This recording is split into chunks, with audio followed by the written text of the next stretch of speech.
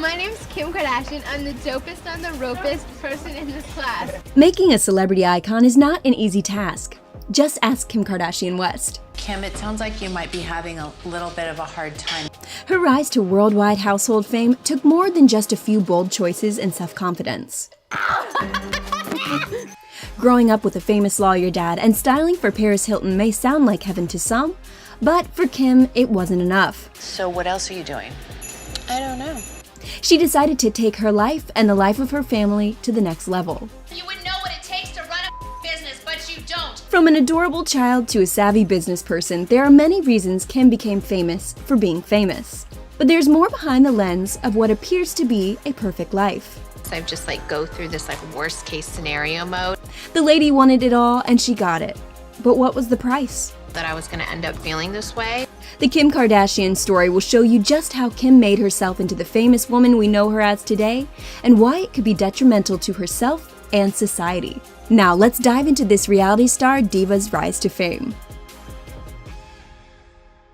You can see me when I'm famous and older and remember me of this beautiful little girl. There's Kim Kardashian at her 8th grade graduation, already knowing exactly what she wanted in life: fame.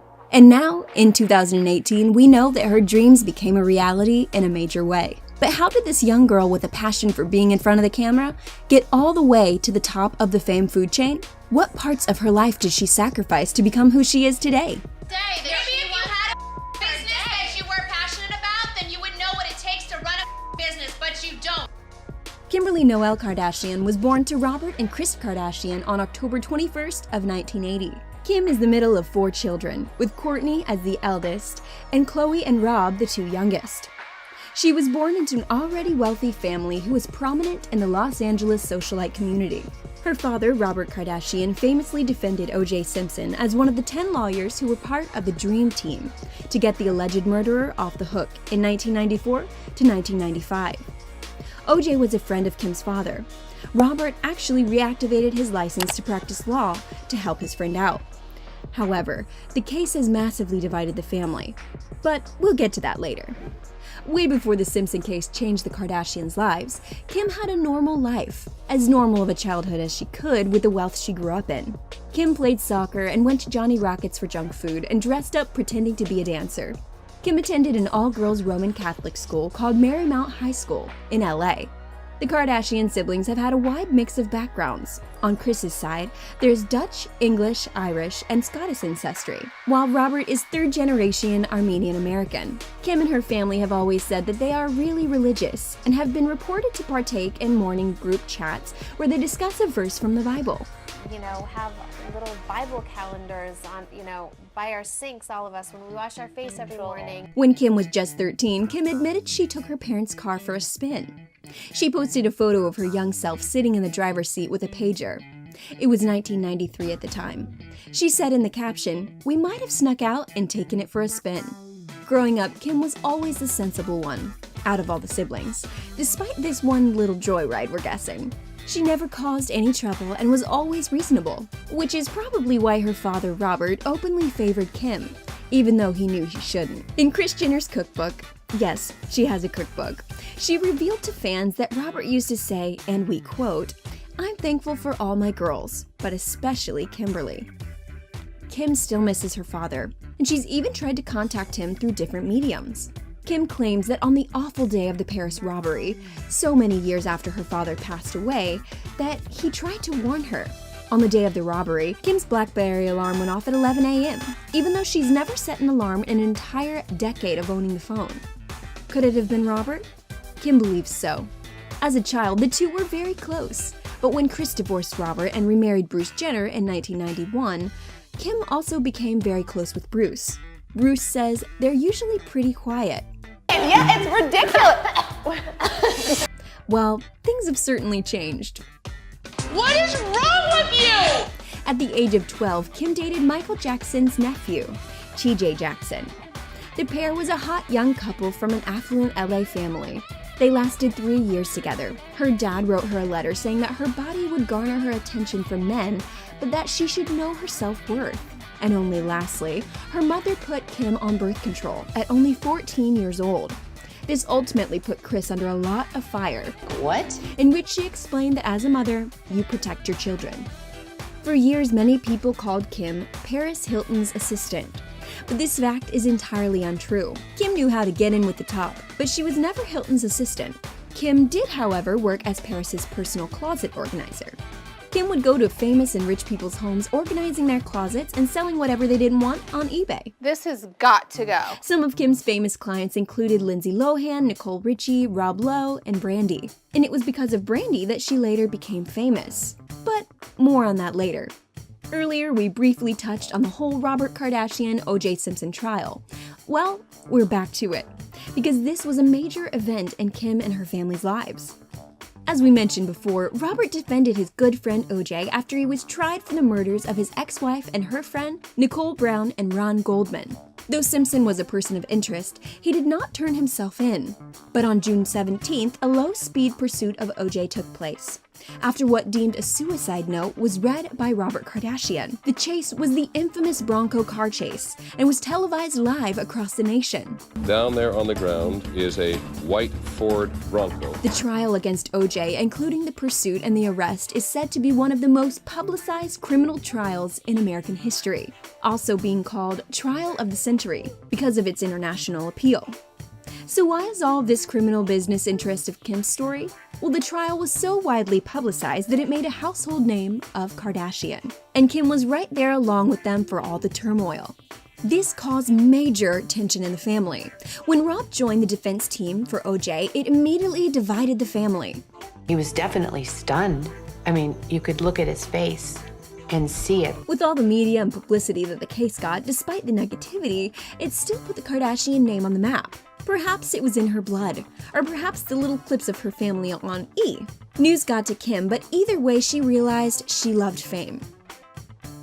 Kim decided to use her stepbrother Brody Jenner to get on the most popular reality TV show of the time, The Hills. Kim appeared in multiple scenes in season 2 at Heidi Montag and Spencer Pratt's housewarming party. However, those scenes were left on the cutting room floor and never made it to the show. Kris Jenner even once confronted Spencer, asking him if he'd manage her daughter, Kim's career. Spencer laughed in her face. But now he's definitely regretting that snippet of fortune that he missed out on. In 2000, Kim married for the first time to a man named Damon Thomas, who was a music producer. Kim married Damon when he was 10 years older than her. She was only 19, but the couple didn't last. 3 years later, in 2003, they filed for divorce. Kim's divorce papers apparently claimed that Damon had abused Kim on multiple occasions, including choking, turning her against her family, and hitting her. In the end, Kim received $56,000 from Damon, who denied all claims of abuse that she made against him. What really happened? We aren't sure, as it's something that Kim rarely, and more like never, speaks about. So much so that Kim's second husband, who many thought of was her first, Kris Humphries, didn't even know about it until weeks before he was going to propose to her. In an episode of Keeping Up with the Kardashians, Kim casually mentioned her first marriage, and obviously Kris was shocked, along with Kris Jenner, who was also there and said that Kim was making things really uncomfortable. That's just another memeable moment for Keeping Up with the Kardashians. Yo, I'm not doing this right now. But back to the story of Kim getting to the height of her fame. In 2006, Nick Lachey had very publicly divorced Jessica Simpson. The two had a reality show called The Newlyweds, Nick and Jessica. And Nick, at the time, was at his height of fame. However, Kim was not. The two started dating, and Nick claims that Kim informed the paparazzi so that she would be able to be seen with him. Kim was subtly but surely finding her way into this world, and she was working all corners to get where she wanted to be. In May of 2013, Details magazine, Nick claims that Kim tried to use him to get famous. He said that, let's just say we went to a movie, no one followed us there, and somehow, mysteriously when we left, there were 30 photographers waiting outside. There are certain ways to play this game, and some people play it well. Well, he called that one right, and she sure does know how to grow her empire. So the question is, if Kim would use Nick to get famous, would she use her own body to get famous? Oh no, don't you try and do that. Remember how we mentioned meeting Brandy and how it would change Kim's life? Well, Kim met Brandy's brother, Ray J, through her and the man that she would film the infamous sex tape with, and the tape that would lead to only the start of Kim's fame. How does one become famous for being famous? Do something controversial that the world will look at with judgment, then defend it. And Kim did just that. I wasn't thinking like, oh, this happened to her, this could happen to me. I think in a lot of things in life, you never think this could happen to me. She played her cards right in this situation, and so did her mother, Kris Jenner. From this tape onward, nothing would ever be the same. There's been so much controversy over Kim or her mother Kris, and if they had anything to do with the leak.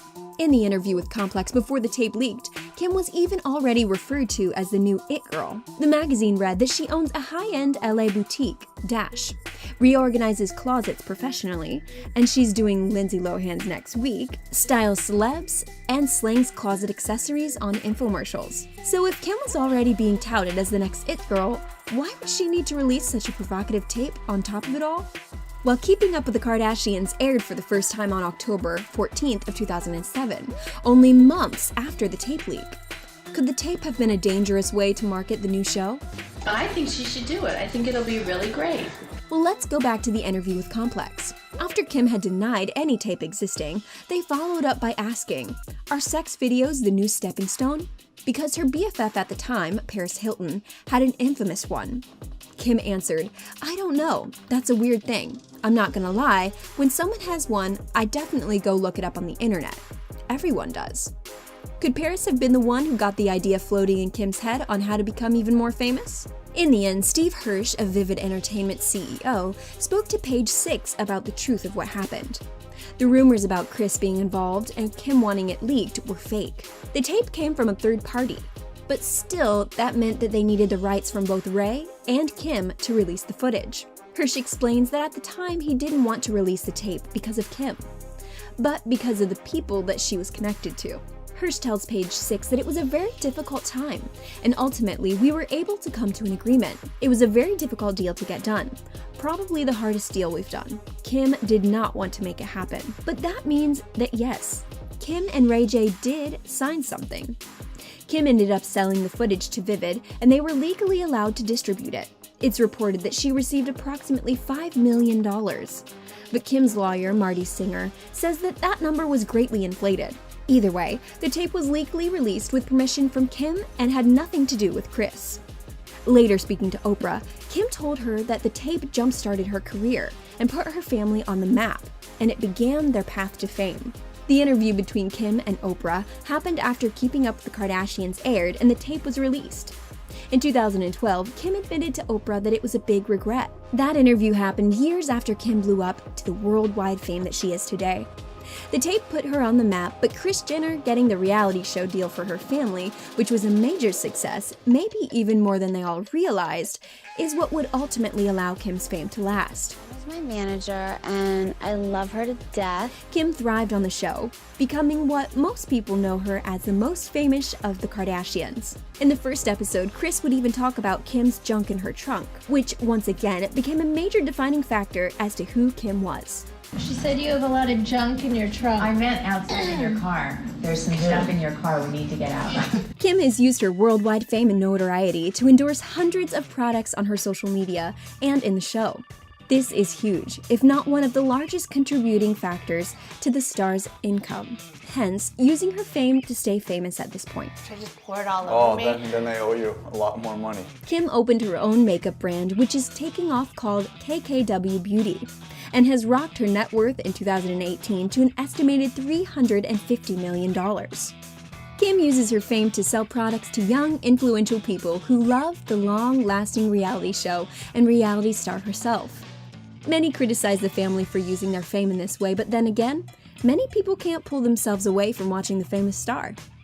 It seems that all Kim has ever wanted to be seen and heard and cheered for around the world. Now married to Kanye West with 3 beautiful children, North, Saint, and Chicago, we wonder if her priorities are changing.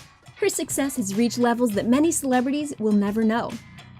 From multiple spin-off shows to included on Time's 2015 list of the 100 most influential people, to multiple businesses and publicity that never stops.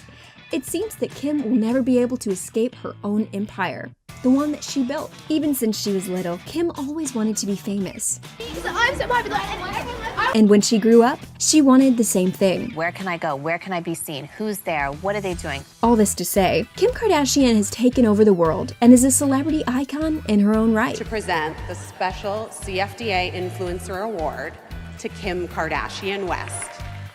Without shame, Kim has made herself into a savvy business person, a loving mother, and a reality star tycoon, famous for being famous. Though we never know with Kim, it seems that she may be wondering if this is what she really wants for the rest of her life. Where it's just all I want is privacy, and I never thought I'd ever be to that point. But as the famous saying goes, be careful You can see me when I'm famous. what you wish for.